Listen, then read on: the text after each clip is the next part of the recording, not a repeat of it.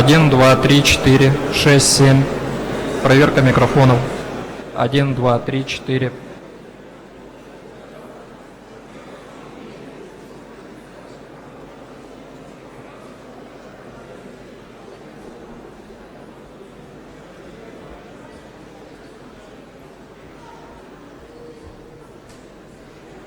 Один, два, три, четыре.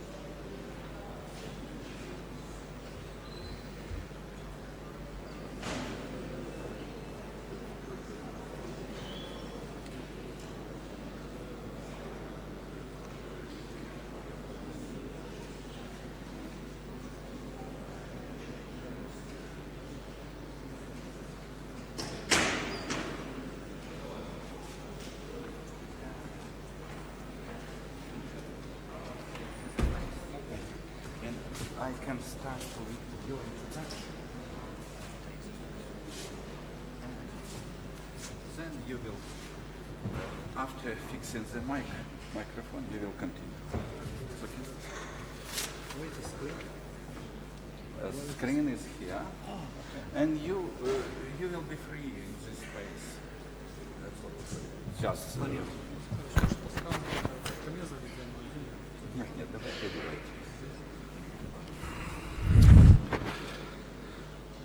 Доброго дня, вельмишановні студенти, викладачі, науковці, гості нашої події. Сьогодні ми маємо високу честь приймати у нас видатного вченого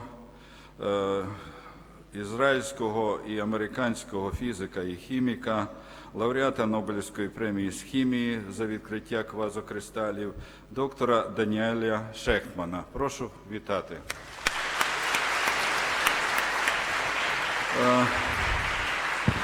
Даніель Шехтман народився в Тель-Авіві в 1941 році, але він має українське коріння. Його діди, бабусі з України. До речі, 3 дні тому Даніель Шехтман відзначив своє 75-річчя, з чим ми його також тепло вітаємо. В 1966 році в Техніоні він отримав ступінь бакалавра, в 1968 році ступінь магістра, а в 1972 ступінь PhD.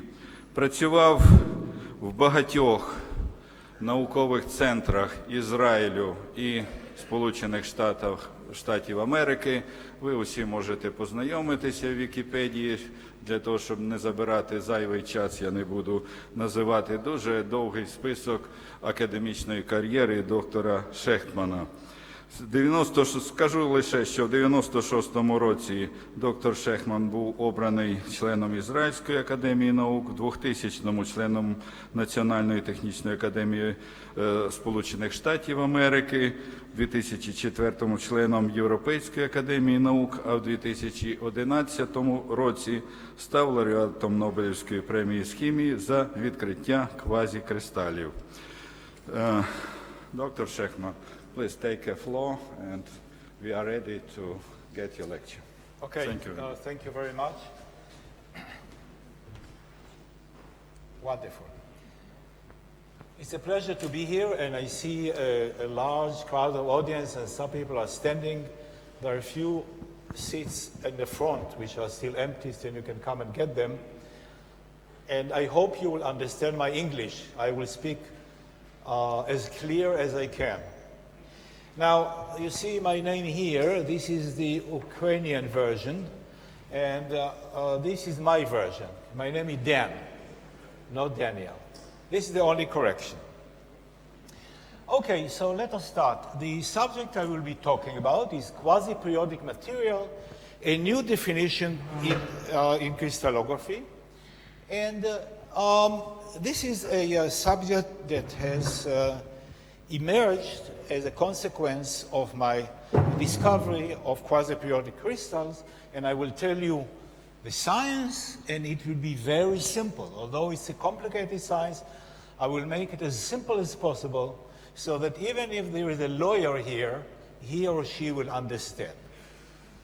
Okay, so let me take you back to the mid-80s.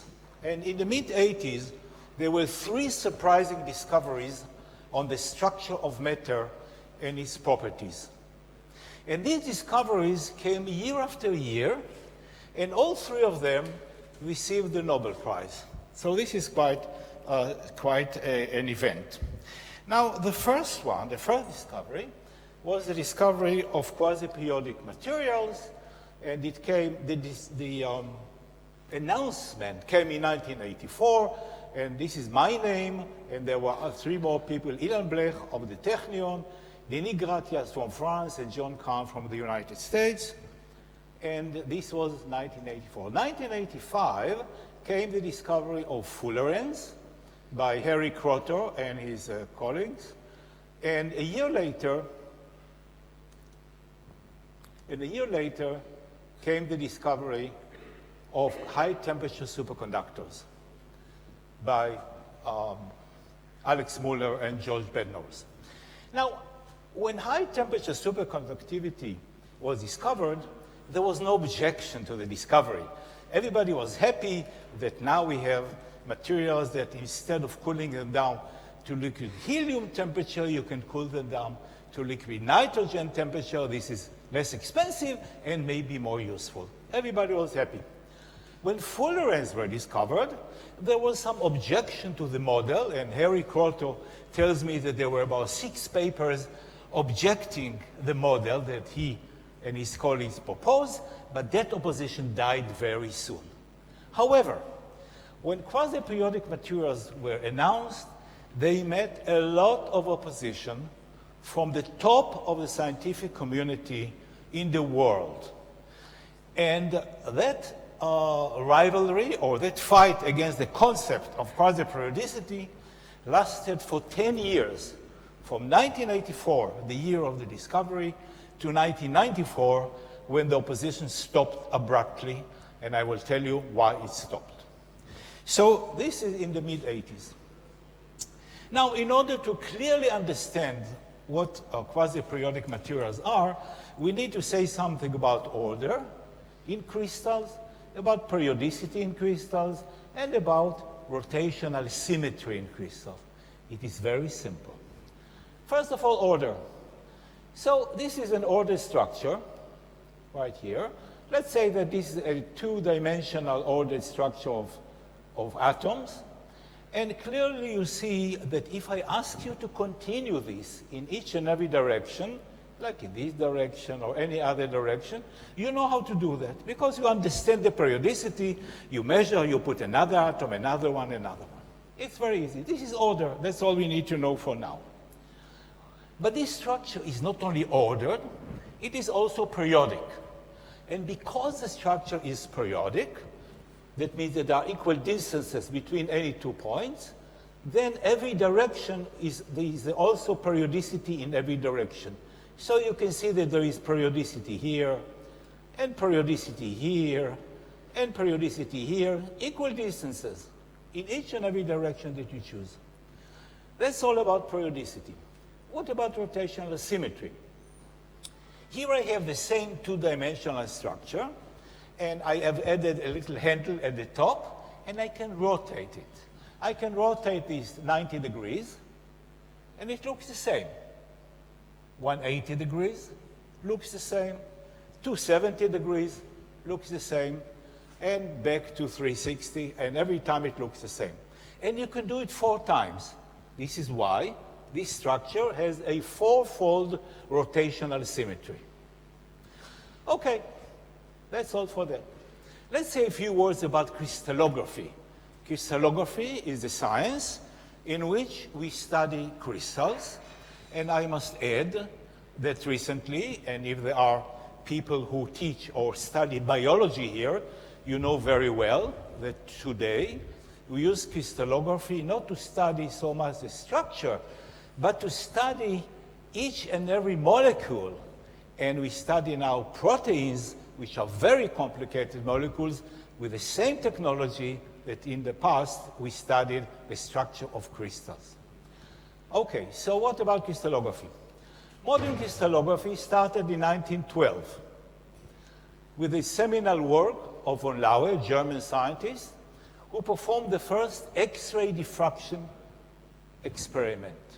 He was the first to perform X-ray diffraction of crystals, and he was the man who brought the science of crystallography into a modern science. Now, even the old Greeks, the ancient Greeks, had some good ideas about the structure of matter. They imagined that materials, crystals, are made from atoms. Atom is a Greek word, undivided, small parts that are not divided. Well, now we know we can divide them, but this was the Greek notion. And those atoms build the crystals. And it was a good idea. By the way, if you think that ancient people knew something about science, that is not the case. They understood very, very little about science. But they were right about crystallography. But nobody had the tools to prove that the idea of atoms which are arranged in an orderly manner, this is exactly what really happens. And in 1912, von Laue created the first X-ray diffraction experiment, and from there on, we had a tool which was developing fast, accurate X-ray diffraction to analyze crystals. And X-ray diffraction was the tool of choice of crystallographers. And over years, it became very, very precise. So we could measure exactly distances between atoms to high precision. And X-ray diffraction was the tool of choice, although there are other ways to study crystal. You can do neutron diffraction, you can do electron diffraction, but the International Union of Crystallography, this is the union of the people who are responsible for what is right and what's wrong in crystallography, they have declared X-ray diffraction as the tool of choice. And any other tool was not accepted for discoveries or for precise measurements. Okay, the crystals for now studies were ordered, and therefore crystals, but also periodic. And all the hundreds of thousands of crystals studied during the 70 years from 1912 till 1982, the year that I made my discovery, were found to be ordered and periodic. Hundreds of thousands of crystals were studied individually by tens of thousands of excellent crystallographers around the world. And all the crystals that they have found were ordered and periodic. And based on this observation, a paradigm was created. A paradigm is a definition which is not based on any solid proof, but based on many, many observations. So since all the crystals, hundreds of thousands of crystals that were discovered were ordered and periodic, then this was the definition of a crystal, and it was accepted by the scientific community. So what was this definition of a crystal? When I was a student, this was the definition. A crystal is a solid composed of atoms arranged in a pattern, periodic in 3 dimensions. A crystal is ordered and periodic. Very simple. Here is another definition from another book, the same meaning, different words. Atoms in crystals are arranged in a pattern that repeats itself. Repeats itself means periodic, in 3 dimensions throughout the interior of the crystal. This was the definition, and the science of crystallography was a mature science. Mature science is a science in which we think we understand everything. Nothing new can happen. Yes, of course, somebody can analyze a new crystal that they made in the laboratory or found in nature. But all the new crystals had a category. For instance, if the structure of a crystal was found to be DO19, which is some kind of a crystal, then we have a drawer in which we have 200 crystals with DO19 structure. Here comes 201, welcome, put it in the drawer, thank you very much. Nothing shocking was expected, and the science of crystallography was a mature science. Now, crystallography in 1982, which is the year of the discovery, can be manifested by a book by Charles Kittel, and I marked something in green. I know you cannot read this. This is why I enlarged it for you, and now you can. So, we can make a crystal for molecules. You can make a crystal for molecules, which individually, each molecule can have a 5-fold rotation axis. Each molecule can have a 5-fold rotation axis, but we should not expect the lattice to have 5-fold rotation axis. I showed you before a lattice that has a 4-fold rotation axis, but you cannot have 5-fold. And I could prove to you why we cannot do that, but there is no time to do it just now. But I can tell you a story that when I was a student at the Technion in Haifa in Israel, I took a class in crystallography during my master's degree studies. And one of the questions in the final exam was prove that five-fold symmetry is forbidden, cannot happen in crystal. And you know what? I proved it. And I passed the exam. And this is why I'm here now. It's easy to prove. Is it wrong? It is correct for periodic crystals. Yes, in periodic crystal, you cannot have five-fold rotation symmetry. But there are other crystals which are non-periodic. And this is my discovery. Okay, let's continue. This is high-resolution electron microscopy. Each white spot is a carbon atom, and this is diamond, and this is high-resolution electron microscopy. You can see the atoms there clearly. And you can clearly see that this is an ordered structure. Diamond is ordered, made of carbon atoms, which are ordered. And because there is ordered and periodic, there is periodicity in every direction. For instance, there is periodicity in this direction, periodicity in this direction, periodicity in this direction. Any direction that you choose, you find periodicity. The order of carbon atoms in diamond is periodic. The allowed rotational symmetries are 1, 2, 3, 4, and 6. Five-fold rotation symmetry, as well as any other symmetry beyond 6, is forbidden in periodic structures. So what are the periodicity that are allowed? 1, 2, 3, 4, and 6. No 5, and nothing beyond 6. It is true for periodic crystals. Now, let me take you now to a diffraction pattern from periodic crystals. Diffraction pattern can be X-ray diffraction pattern, electron diffraction pattern, neutron diffraction pattern. Here I show you a diffraction pattern from electron. So this is an electron diffraction pattern. And what happens in the electron microscope is the following. You have an electron beam that comes usually from above. You hit a specimen. Let's say that this is a specimen. The specimen is very thin, so the beam can go through. How thin? 1/10 of a nanometer. 1,000 angstroms is good enough. So the beam to go through, electron beam to go through.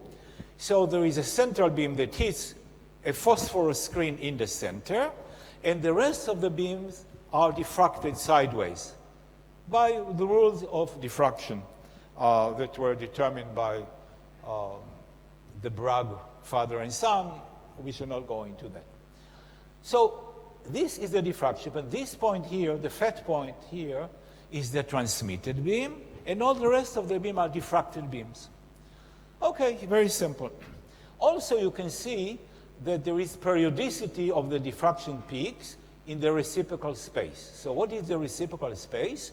While the atoms exist in real space, this is the space where we live, the real space, where most of us live in real space.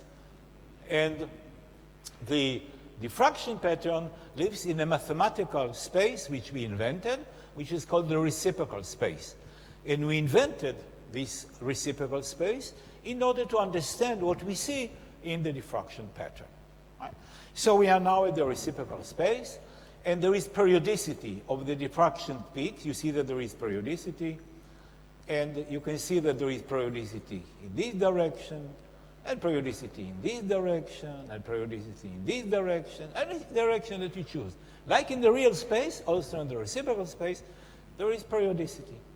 And therefore, the rotational symmetry that are allowed are 1, 2, 3, 4, and 6-fold, exactly like in the real space. No 5-fold rotation symmetry, and nothing beyond 6-fold is allowed in the diffraction pattern from periodic crystal. It was true, it is true.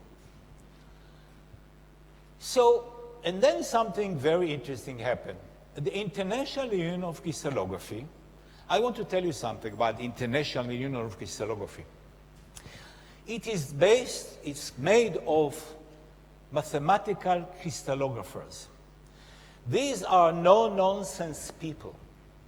Everything has to be defined from the very foundation, from the very basic. This is high mathematics, precise mathematics, and everything has to be very, very clearly defined, like mathematicians do. And then this no-nonsense body changed the definition of a crystal. And now, this is the new definition of a crystal. And we will read this definition slowly, because I want to show you that this definition is like a poem. It is very surprising that this definition of crystal comes from a hardcore scientific body like the International Union of Crystallography. Let us read this and see what it says. It doesn't say a crystal is. No. By crystal we mean. By crystal we mean any solid having an essentially discrete diffraction diagram. Essentially discrete diffraction diagram. And by aperiodic crystal, we mean any crystal in which three-dimensional lattice periodicity can be considered to be absent. This soft, humble definition comes from the International Union of Crystallography? Yes, this is the new definition of crystal. What happened? Why do we need a new definition of a crystal, and why it is so humble? So now I begin my talk. Up to now, it was introduction. 1982 was the 70th birth of crystallography. Remember, crystallography von Laue in 1912. So 1982 was 70th birth of crystallography. And this was the year that quasi-periodic crystals were discovered. Now, in order for you to understand what happened in the day of the discovery, in the hour of the discovery, I will take you to my laboratory in the United States, where I spent a sabbatical. I was there for 2 years sabbatical from the Technion.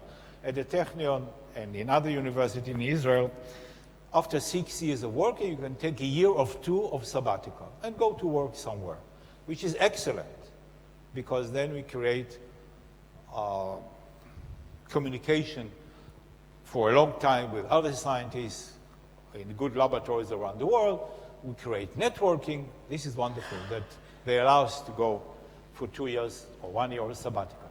So I was there at National Bureau of Standards. This is in Maryland, near Washington, D.C. And I was studying rapidly solidified metals, materials. My project was sponsored by DARPA in the United States. And the subject was developing new aluminum alloys for aerospace applications.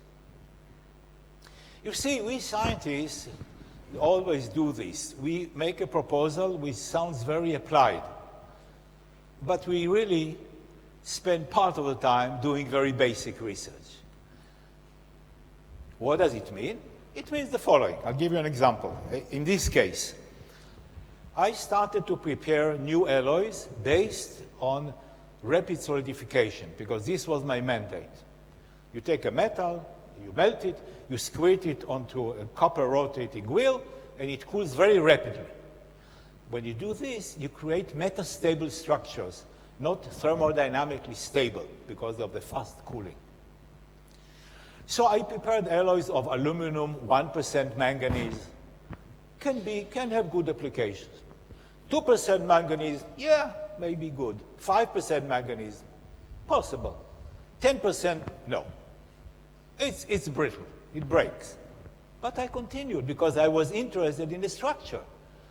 I made 30%, 35%. It is so brittle, you touch it, become powder. But it was very interesting. And there, in the alloy that contained 25% manganese, something totally new was observed. And this is really the subject of my talk. So, but let's go through this. So I will show you my National Bureau of Standards. TEM is transmission electron microscope. My logbook. These are notes that I make for myself. And my advice for the young students among you, and I see quite a few of you here, which is excellent. when you make an experiment or when you make a calculation, if you're a theoretician, write it down in a notebook. You may remember your experiment for the next week, but you will not remember your experiment next year. Write down in a logbook. Have a good, proper notebook, right? Write down everything you do, because some of it, one day, may be very important, such as this page in my logbook. So this is the page, and I must apologize. These notes were not meant to be seen by you. These notes are for myself. But it became history, and now I show this page. So what does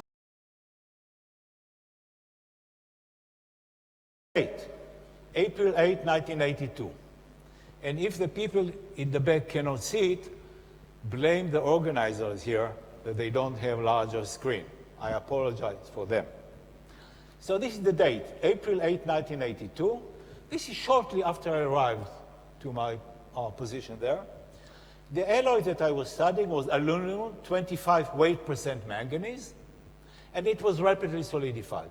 It doesn't say here because I was working only on rapidly solidified material. This number is the plate number. In the electron microscope, you took pictures, by the way, on the glass plates those days. Now it goes directly to the computer.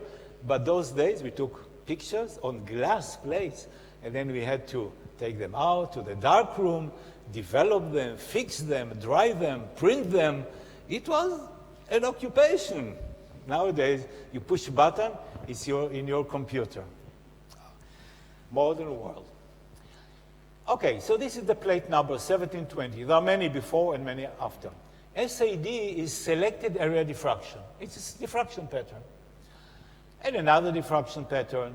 And this plate is 28K, meaning it's a picture, real space, of what I see in the microscope with magnification 28,000 times. K is 1,000. Electron microscope has very high resolution, and therefore we need very high magnification so that our eyes will see what the microscope can see. By the way, for your general knowledge, the only role of magnification in any microscope is to match the resolution of that microscope with the resolution of our eyes. So if the resolution of our eyes is about 1/10 of a millimeter, and the resolution of the microscope is 1 angstrom, then the ratio is the magnification we need, in this case, 1 million times. But so 28,000 times is a low magnification for the electron microscope.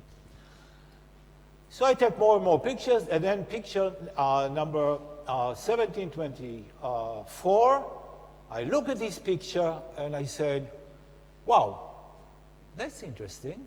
What's going on? I will show you this picture. And then I said, well, I must take a diffraction pattern. I take a diffraction pattern of the same crystal. I look at it and I write 10-fold with 3 question marks. 10-fold rotation symmetry. Cannot be. Later on, I realized that it is really 5-fold, not 10-fold. But you cannot tell by looking at the diffraction pattern. And then I continue to perform experiments to find out what I have. And I'll tell you what I thought I have. So, I look at this picture and I say, that's interesting. So what's interesting?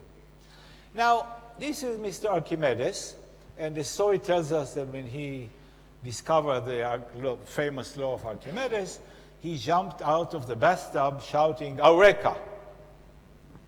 We don't do that anymore. Mainly because who has time to take a bath? We take showers. But today, usually, when we make a discovery, we say, that's interesting, or, hey, what's going on here? This is our reaction, rather than, but those days they had time to take a bath. Anyway, this is the picture that I said, what's going on?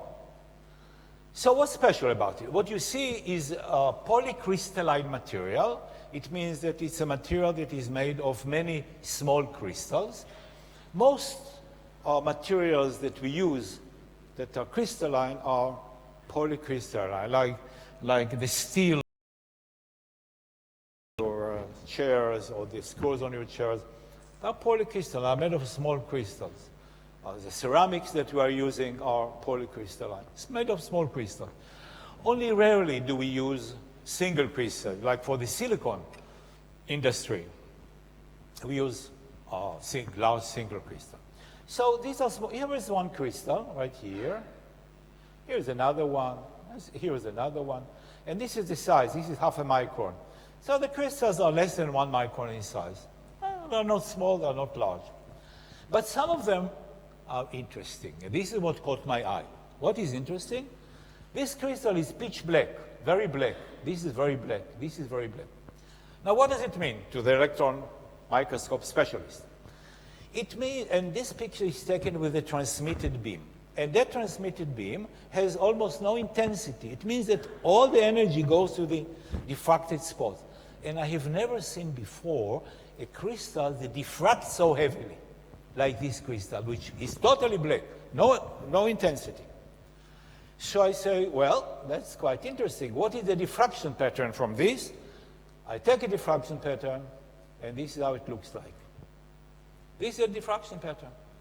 I look at the diffraction pattern and say to myself, you know, when you do electron microscopy, today you don't need to be in the dark room because you look at a computer screen. But those days you look at phosphor screen and the room is totally dark and you sit there by yourself for a whole day, and I love it.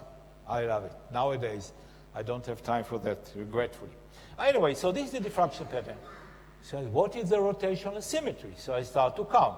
1, 2, 3, 4, 5, 6, 7, 8, 9, 10. No, cannot be. 1, 2, 3, 4, 5. And I write in my logbook 10-fold with 3 question marks. And as I said, this is really 5-fold. But in order to know that, I had to do another experiment called Kikuchi pattern. We should not go into that, but this is really 5-fold. But you see, not only does it have forbidden symmetry, periodicity is lost. There is no periodicity. See, take a distance from here to here, for instance, and you multiply it by 2, this distance by 2, you are here. And there is nothing there. No periodicity. It turns out that the ratios, this distance to the center divided by this distance to the center, gives us the Fibonacci number tau, which is an irrational number, 1 plus root 5 divided by 2. This cannot be found by experimenting, by measuring. You cannot have an irrational number by dividing 2 numbers by one another. This came from theory later. But no periodicity, 5-fold rotational symmetry, and no rational numbers anymore. Irrational numbers came into the science of crystallography. What's going on? When I discovered this, I did not know what I have. I thought that I have a twinned structure. Now, before going into that, I'll show you other diffractions. You see, in the electron microscope, you can tilt your specimen, and you can rotate it in a goniometer.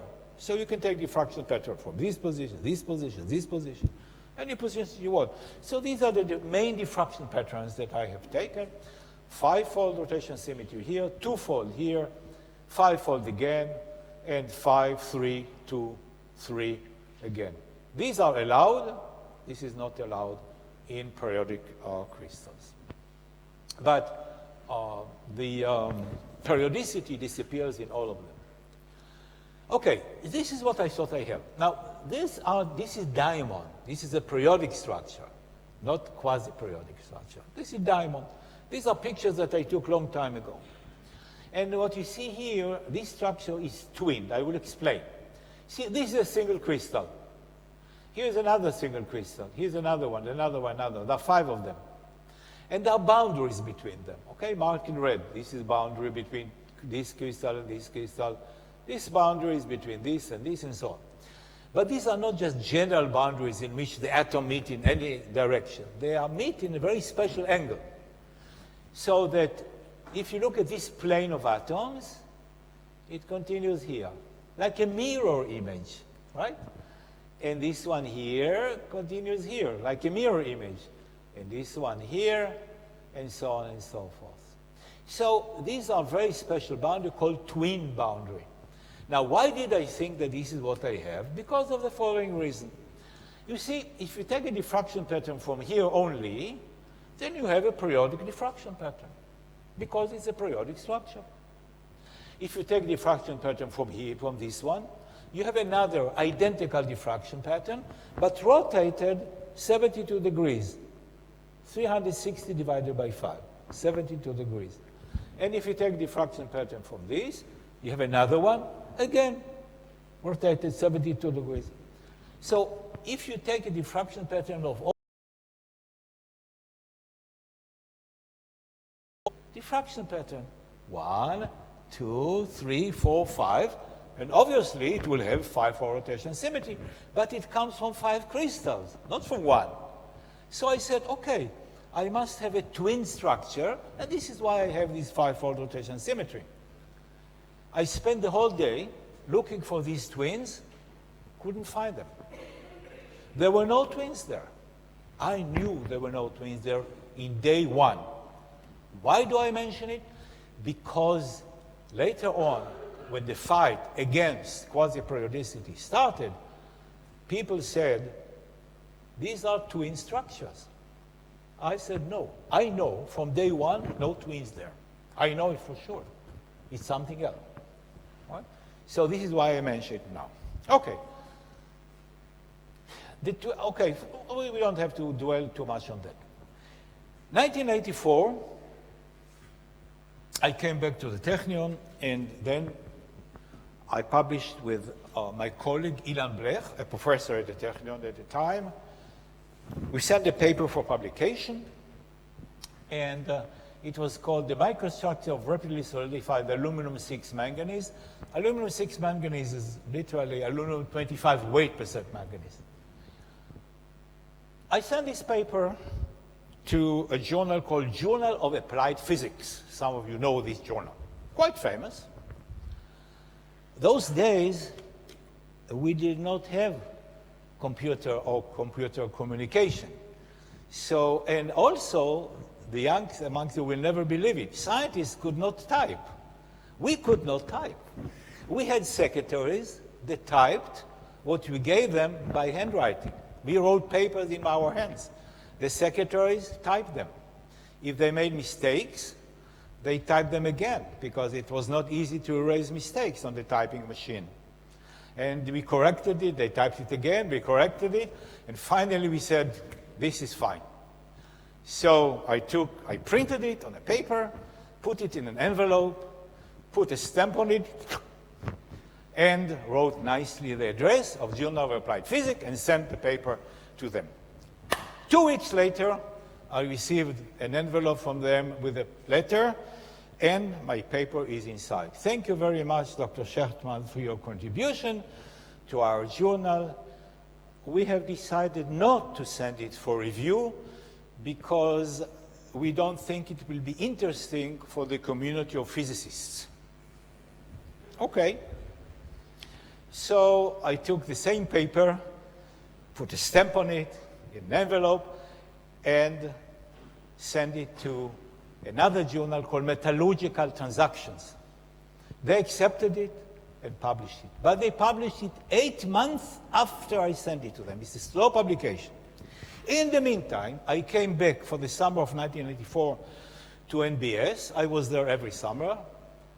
And my host, John Kahn, looked at the paper. I asked him, what's wrong with this paper that it was rejected? He looked at it and he said, let's do something completely different. And he proposed to send a paper which includes only my observations from the first week in which I was working 2 years before. So we did that, and we added 2 more names, and this is paper number 2, and this is my name, Ilan Blech, Denis Gratias, and John Kahn. Denis Gratias is the 4th person. He's a French mathematical crystallographer, very talented young fellow, not young anymore. At that time, he was very young. And we wrote another paper, and we sent it to PRL. Physical Review Letters, and it was published in a few weeks. So what really happened is that the second paper was published first, and the first paper was published second because it was published a long time after the first one. The publication came in November 12, 1984, just before the end of the year 1984. When this paper appeared in printing, hell broke loose, because I started to receive telephone calls, email from all over the world. Danny, we have it, we have it. People repeated my experiments in a few days. I wrote exactly how to do what I did. They repeated my experiment, received the same results, and from there on, we were a fast-growing community of avant-garde, young, ambitious scientists who took my discovery and made it into a science. It was a very fast-growing science, and it was an amazing period. And people joined from all over the scientific world, from many countries, and the contributions started to stream into the scientific literature. There were tens of articles, then hundreds of articles, then thousands of articles published. Very, very quickly, it was a huge science. I made a discovery on 3 materials. I published it only on aluminum manganese, but I noted there that it exists also in aluminum chromium and in aluminum iron. But they discovered hundreds of such materials, and they studied their properties, and they made the thermodynamic calculation. How can it happen that we have structures which are not periodic? And so on and so forth. And it was an amazing, amazing period. Okay. Now I want to explain 2 terms for you in order for you to understand what's going on. First of all, icosahedral symmetry. What is icosahedral symmetry? So first of all, what is an icosahedron? Icosahedron is a platonic body, and this is the shape of the icosahedron. And many of the quasi-periodic crystals have icosahedral symmetry, and some others have other symmetries. And the icosahedron has 6 5-fold axes. If you put your eye here and you look from here to the center, you will see that there is a 5-fold rotation symmetry, right? If you put your eye here, there's another 5-fold rotation symmetry. Here is another one. Here's another one, another one, another one. 5 plus 1 is 6. This one here is just the negative of that, so it doesn't count. So there are 6 5-fold. 10 3-fold, this is the 3-fold rotation symmetry. You can turn it 1/3 of a turn and it will look the same. So this is 3-fold. If you put your eye here to the center, you'll have a 2-fold. So this is the icosahedron, and my set of diffraction patterns and the angles between them were exactly icosahedral. So this is why we called it the icosahedral phase, because it has icosahedral symmetry. So this is the icosahedron. Now, you can also look at a football and notice that it has icosahedral symmetry.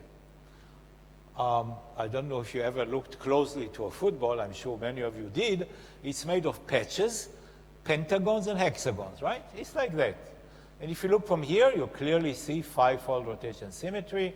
You can clearly see 2-fold here, and you can clearly see 5-fold here. And I doubt that even the best team in Ukraine know that they play with icosahedral symmetry. I really doubt it. Well, anyway, this is about icosahedral symmetry. What is quasi-periodicity? This is the main question. What is this? We have, in order to understand quasi-periodicity, I have to take you back to the 13th century.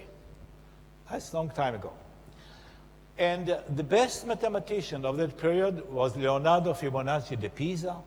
He was the greatest mathematician of his time, and probably hundreds of years later, he was still the greatest mathematician. And he had the first experiment to show what is quasi-periodicity. And in order to understand, this is, by the way, a drawing of him. Look at these eyes, amazing. And this is the picture, a photograph of a statue that has been erected in Pisa in his memory. It's there. If you ever visit Pisa, you know that there is the inclined tower of Pisa, and just behind the Tower of Pisa is the graveyard under a roof, very small, under a roof, and this statue is there in that little graveyard. So, in order to understand quasi-periodicity, I have to take you back to the experiment that Fibonacci offered, and these are called Fibonacci rabbits. So let's follow his experiment, and you will start to understand quasi-periodicity. It's fun. So here we have quasi-periodicity in one dimension, and it's based on Fibonacci rabbits. So what are Fibonacci rabbits? Let's say that rabbits multiply, and only female rabbits are needed for multiplication. No fun. So here in the first month, we have one female rabbit. And in the next month, in month number 2, she has a little baby rabbit. In the third month, she gives birth to another little one. She gives birth to another little one. And this little one has to mature 1 month before it can reproduce. These are the rules. So from here on, everybody can continue this.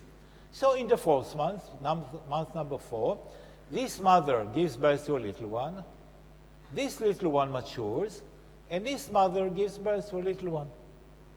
In the next month, this mother gives birth to a little one, this little one matures, this mother gives birth to a little one, this mother gives birth to a little one, and this one matures.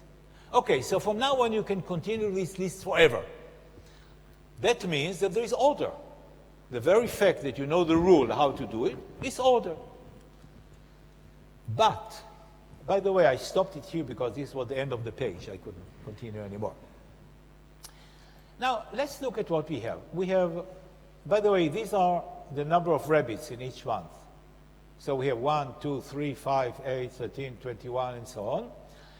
I will tell you the rule. But let's look at this line here. You see, we have large, small, large, large, small, large, small, large, large, small, large, large, small, large, small. There is no motif of any size that repeats itself periodically. None. It's ordered, but there is no periodicity. This is quasi-periodicity in one dimension, along a line. So Fibonacci rabbits are quasi in one dimension. Okay. But now that we visit Mr. Fibonacci, let me tell you a couple of more things, because everybody needs to know general knowledge about Mr. Fibonacci di Pisa. By the way, his friends called him blockhead. He was so bright that his friends called him blockhead. I never understood why. Well, anyway. Okay. These are two very simple equations. The first one means that the number of rabbits in each month equal the sum of the rabbits in the previous month. So an equals an minus 1 plus an minus 2. 3 is 1 plus 2, right? 8 is 5 plus 3. 13 is 8 plus 5. So 8 plus 13 is 21. The next one will be 34. The next one will be 55, and so on and so forth. This is equation number 1.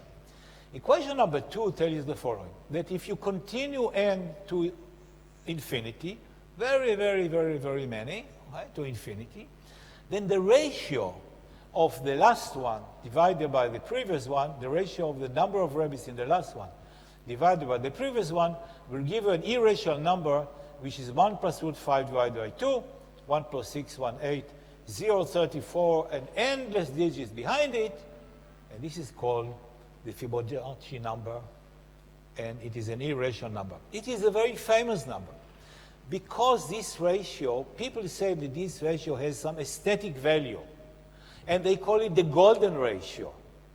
Now, never argue with people of aesthetics. Okay, just agree with them. If somebody claims that they know aesthetics better than you, fine, no problem.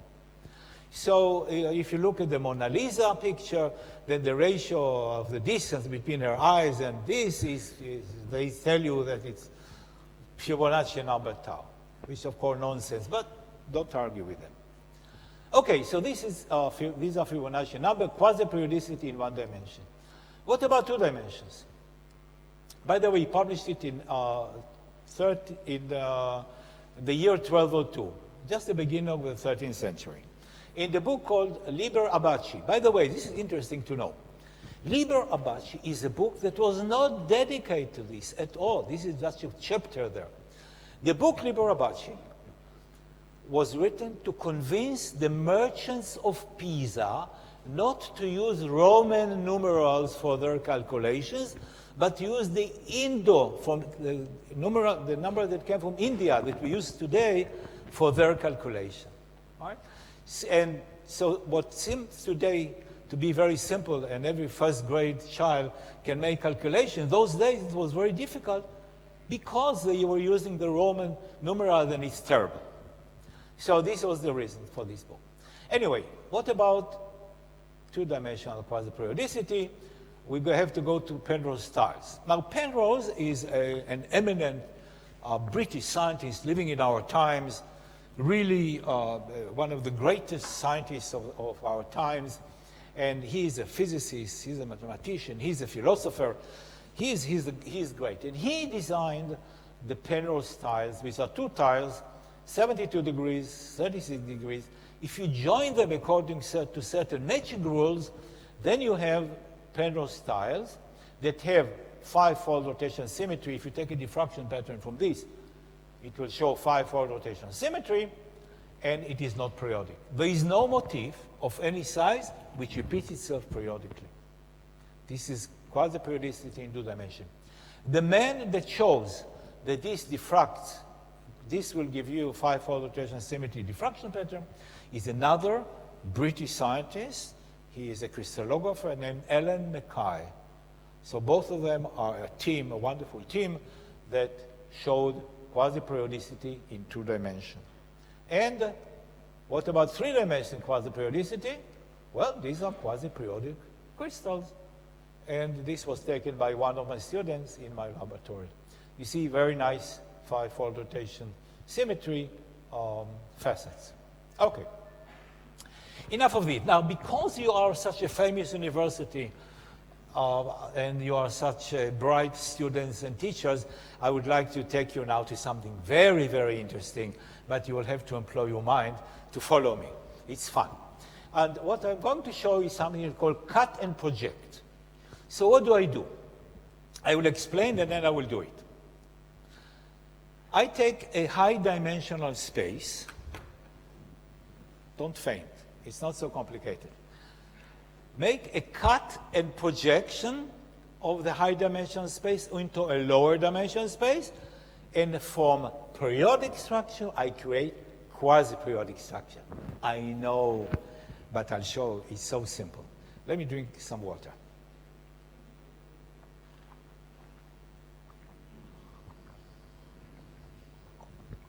That was good.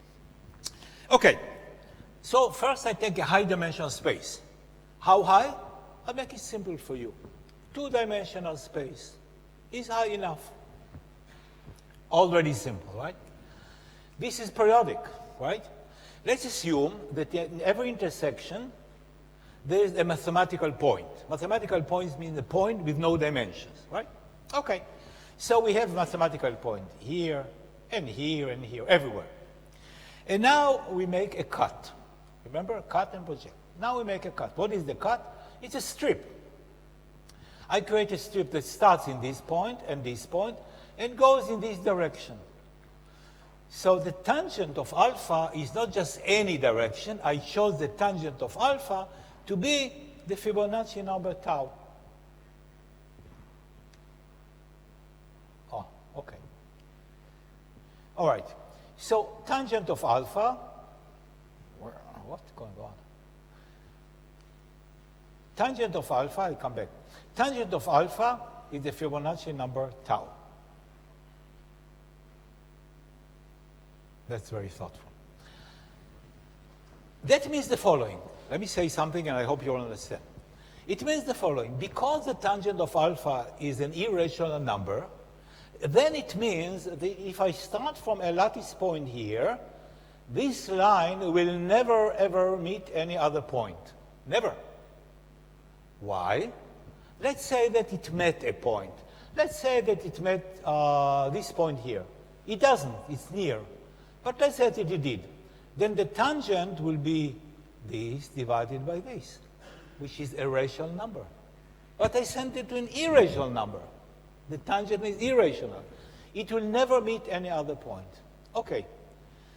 Now, I take, something doesn't work well.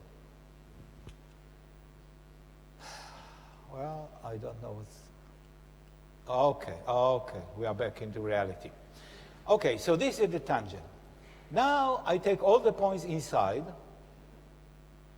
and I project them onto this line. I project them onto this line, okay? This point projected here, this projected here, this here, and so on. So now let's look at what we have received. We have large distance, large, small. Large, large, small. Large, small. Large, large, small. We created the Fibonacci series, which we know is a quasi-periodic array in one dimension. So what did we do? We took a periodic array in 2 dimensions, we made a cut and projected it, and we received a quasi-periodic array in a lower dimension, in one-dimensional space. Now, mathematicians don't bother with this. They take a 6-dimensional space, they make a cut in it and project it onto a 3-dimensional space, and from periodicity in 6 dimensions, they receive quasi-periodicity in 3 dimensions, which is our world. So they, and maybe you have mathematicians here that can do that, it's fun. They can take any periodicity in 6 dimensions, make a cut and project, and invent quasi-periodic 3-dimensional arrays that either exist in nature or not. Some exist, some not. But there are possibilities. Enough of the cut and project. But I want to show you now another experiment which bears contact to reality. I don't know why it does that. Okay, I bring the red lines now, okay? The red lines are almost like the black lines, but not quite, you see? Because I made the red lines to meet this point here. And therefore, the tangent of alpha is periodic. This is 11 divided by 7. It is close to being quasi-periodic. Quasi-periodic is 1.618. 11 divided by 7 is 1.571. Very close, but it is periodic. And the unit cell is very large, from here to here. This is the periodicity. This is the first time it meets a point. And there will be a next time there, and a next time there. There are materials like this that exist. There are many materials with very, very large unit cell, many of them, which are almost quasi-periodic, but not quite. These are called approximants. There is a large series of materials that are called approximants. They are very proud to be almost quasi-periodic, and they have very special properties. They are studied by many, many scientists around the world. Enough of these materials. Now to the story. No more science now. You see, the first years that I started to talk about quasi-periodicity, well, actually I talked about strange materials with 5-fold rotation symmetry diffraction pattern and irrational numbers and so on. The people in my vicinity had different reactions. My host, John Kahn, was positive. He said to me several times, Danny, my friends call me Danny. He said, Danny, this material is telling us something, and I challenge you to find out what it is. This was a good reaction. He didn't solve the problem, but at least he was positive towards it. The negative reaction was on the other side. So this was good. A bad reaction was that of my group leader, who came to my office one day, smiling sheepishly, putting a book on my desk, X-ray diffraction or X-ray crystallography, saying, Dr. Shechtman, please read this book and you'll understand that what you're talking about cannot be. And I said, you know, I know this book. I don't have to read it. I teach at the Technion. I'm telling you, my material is not in the book. Took the book back, came back several days later and said, Dr. Shechtman, you are a disgrace to my group. I cannot have my name associated with yours. Please leave the group.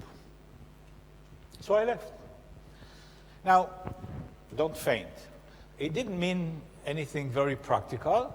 I didn't have to leave my office or my laboratory, but instead of reporting to his secretary, I reported to another secretary of another group leader who adopted the scientific orphan, and life continued. But this was the range of reaction, from very positive to very negative and everything in between. Now, if you want to see how I felt during those years, it was something like this.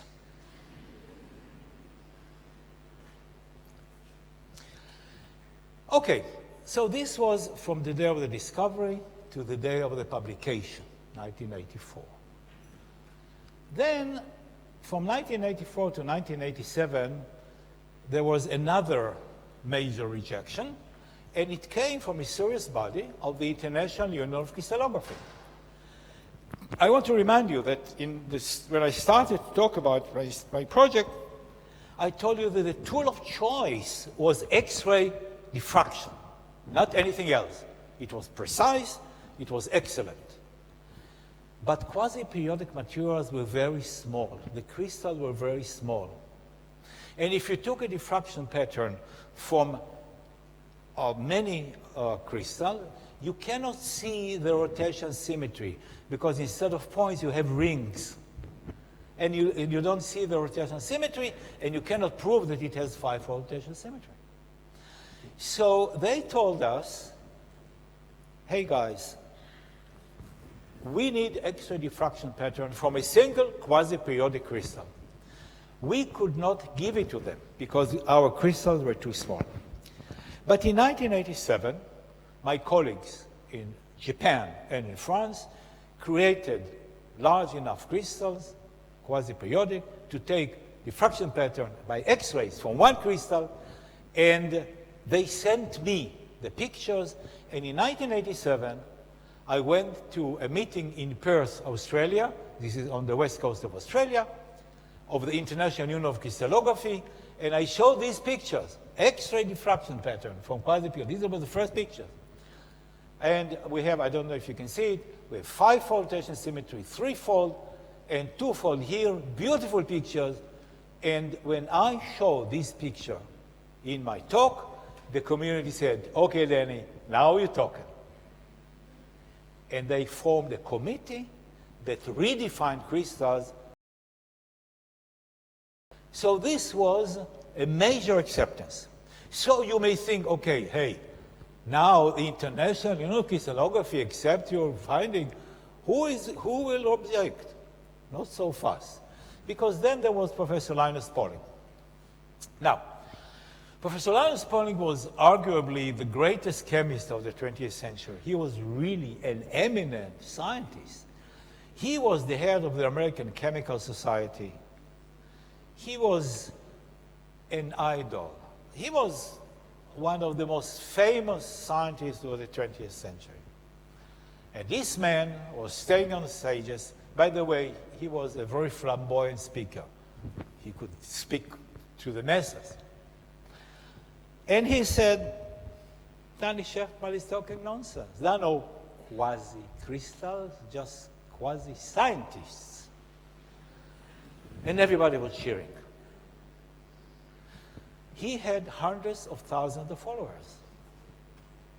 When we started these arguments, I was there, and he was like the sun in the sky.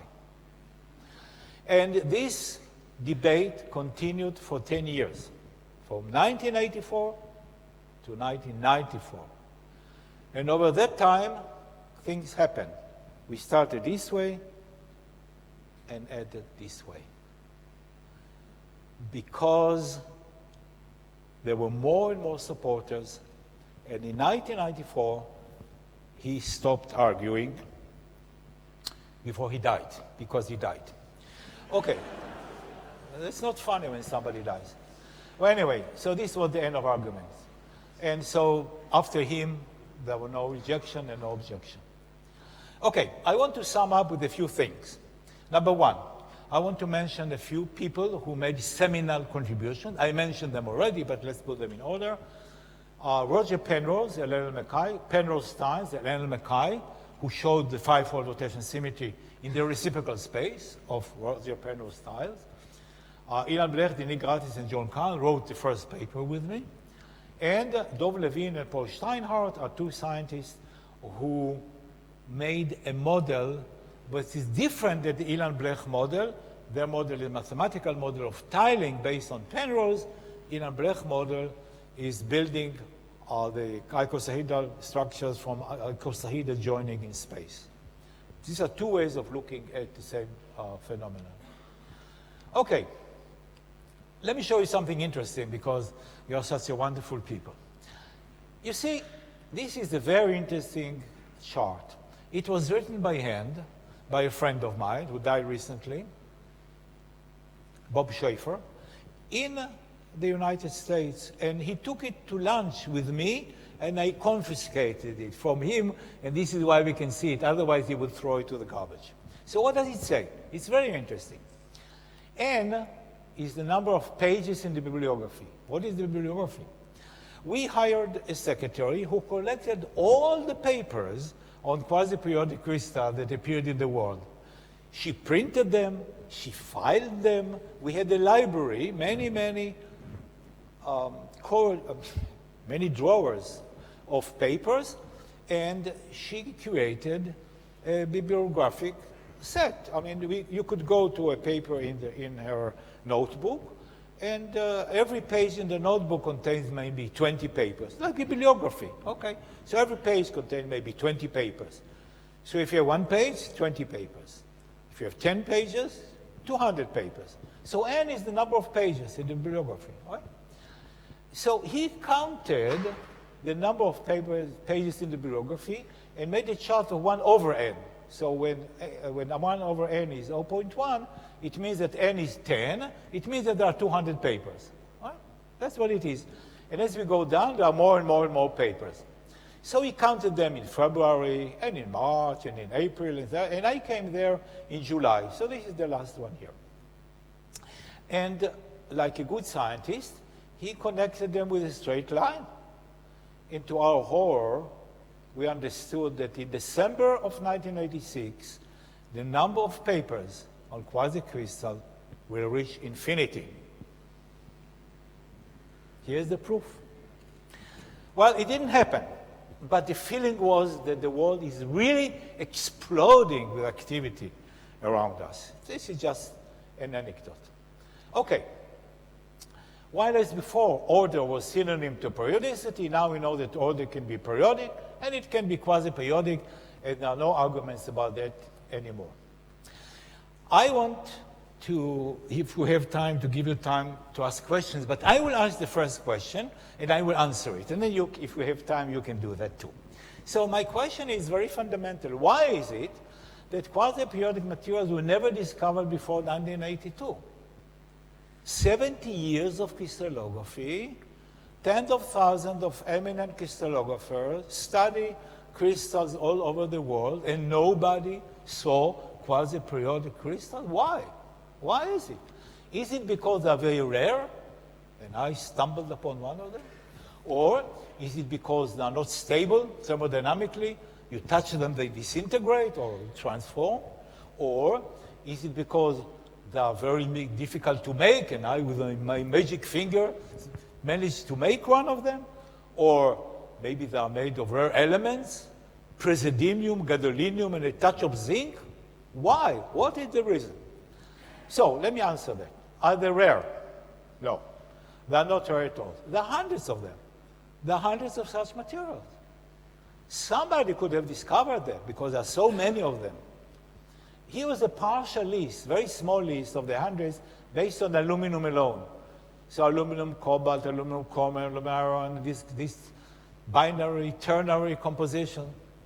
Very abundant, This is not the reason they were not discovered before. They are available. Are they not stable? Many are not stable, but what does it mean? It means that if you heat them up to 400 degrees C or thereabout, they will transform into a periodic structure, from quasi-periodic to periodic. Atoms will shift and they will transform. But at room temperature, they're stable. And more than that, there are some who are stable thermodynamically. These compositions are stable thermodynamically. It means that if you heat them up, they melt congruently. It means that it will not transform until the melting point. Some of them are stable. This is not the reason that were not discovered before, because there are so many of them. Okay, and they are stable. Maybe they're difficult to make. Not at all. They are very easy to make. When I published the paper, 2 days later, people repeated my experiments. It was very easy to do. So you can make them by many manufacturing technology. You can cast them, you can rapidly solidify them. Single crystal ghost, electron deposition, CVD, PVD. Any method you use to produce any material you can use, you can make quasi-periodic material. This is not the reason they were not discovered. So, are they made of rare elements? Aha, no, not at all. They're made of iron, aluminum, chromium, copper, titanium. Millions of tons of these elements are used every year around the world. These are very common materials, very common metallic elements. So why is it that quasi-periodic materials were never discovered before 1982? And I want to answer my question. Number one, quasi-periodic materials had to be discovered by transmission electron microscopy because they were very, very small. And then I explained to you, you could take X-ray diffraction, and people took X-ray diffractions of these and received rings, and they could not see the forbidden symmetry. Okay, so TM, transmission electron microscopy. So you may say, okay, big deal. There are so many thousands of people around the world doing transmission electron microscopy. Why you? Okay, because you have to be a professional. Now, of the very many thousands of people who do electron transmission microscopy around the world, very few become professionals for different reasons. Number one, you have to invest a lot of time on the electron microscope to become professional. Number two, you have to study the theory.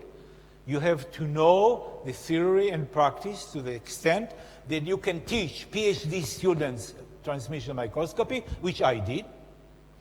And it is expensive. In many places, when you work on the electron microscope, you pay $100 an hour for the microscope. And therefore, many professors will tell their students, okay, I'll give you 5 hours on the microscope, take a few pictures, put it on your dissertation, and go measure the thermodynamic properties. The investment on the part of the professor and the investment on the part of the student is very high. And so I can give you a number. Our microscope at the Technion, we always were leading Israel in electron microscopy. We always have the top-of-the-line microscopes, and we throw away or give away the old ones. In 40 or so, 50 years of electron microscopy at the Technion, maybe we made 15 professionals, 15. And they're all around the world managing electron microscopy or teaching electron microscopy. Of the 1,000 upon 1,000 of students, 15. So professionalism is rare. And it's not enough just to do electron microscopy. Learning to drive a car doesn't mean that you can race a car. You can participate in racing. Okay. The other thing is tenacity. When the world around you tells you, what are you talking about? What do they teach you at the Technion? Don't you know it's impossible? Tenacity means you stick to your beliefs. And I could do that because I was a professional. And anybody who argued with me was not. And the people who were professionals repeated my experiments and said, hey, this is wonderful. And we were a fast-growing community. So tenacity. Let me give you an example of somebody who didn't have tenacity. There is one person in Europe that discovered the same diffraction pattern before me. How do I know that? His professor told me, and later on, a couple years ago, I met him. Wonderful scientist. He did his PhD, and years later, his professor looked at the place that his student took. He pulls one plate, he looked at it, my diffraction pattern. He looks at the date before me. Hello, my ex-student, how are you doing? Thank you, professor, how are you? Say, do you know that he saw Dana Shechtman's diffraction pattern before Danny? He said, yes, professor, of course I know. Why didn't you tell me? He said, you know, professor, if I told you, you would want me to stay for 2 more years on my PhD? He filed it. Okay. Tenacity. Be like a Rottweiler dog. I'm talking to the students amongst you. You see something strange, don't let go. Be like a Rottweiler dog. You bite, you don't let go until you understand what it is. In most cases, it will be an artifact, or it will be something that somebody discovered 30 years ago.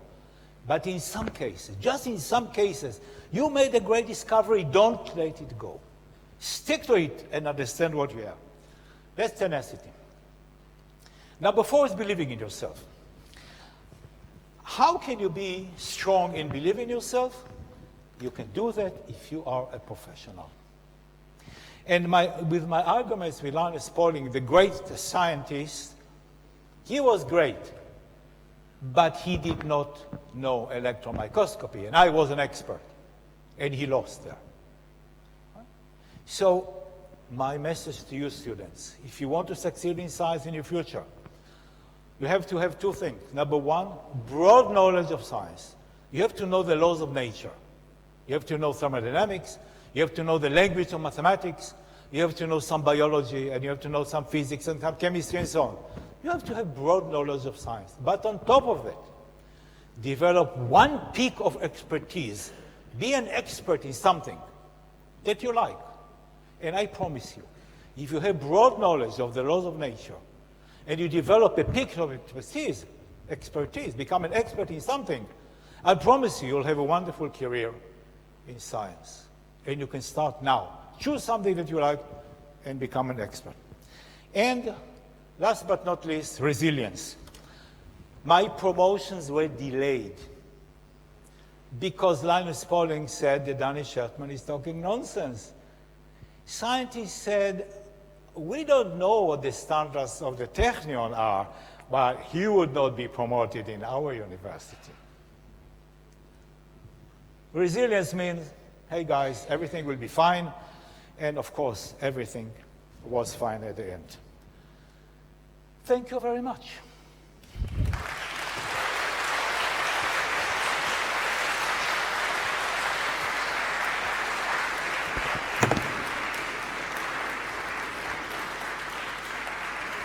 I don't know if we have time for questions, please. Who is the master of ceremony?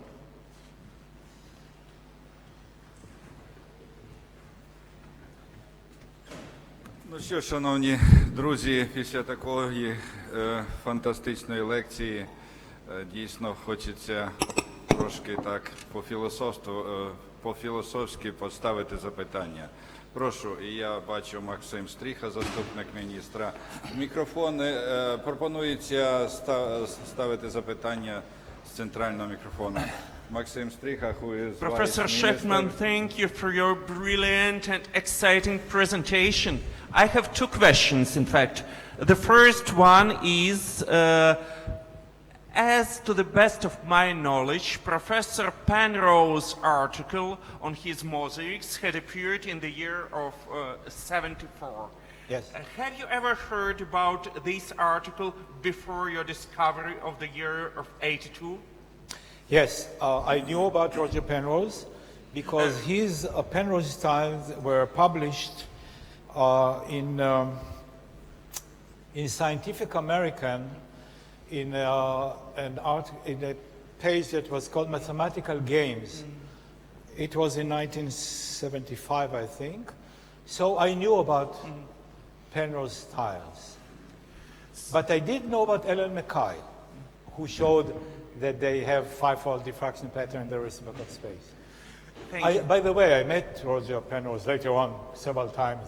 He's one of the greatest scientists in our century. Yes? Thank you very much. It's very, I'd like to say that Professor Penrose had his lecture in this hall 3 years ago. My second question is that really the previous definition for the crystals, order plus periodicity, is distributed now by the new one, order plus periodicity or quasi-periodicity. Can you imagine probably the next substitution of this definition by a new one, or this one is the very final? That's a philosophical question. Can we have another order? Okay, so you want me to predict the future? Okay. You know, in Judaism, we have a saying that prophecies after the destruction of the temple were given to the fools. So I will not, it's difficult to say. But I do not, you know, maybe there is another order. I will not say that there is no. I don't know what it can be, but nobody imagined quasi-periodic order before. So yes, there may be an order.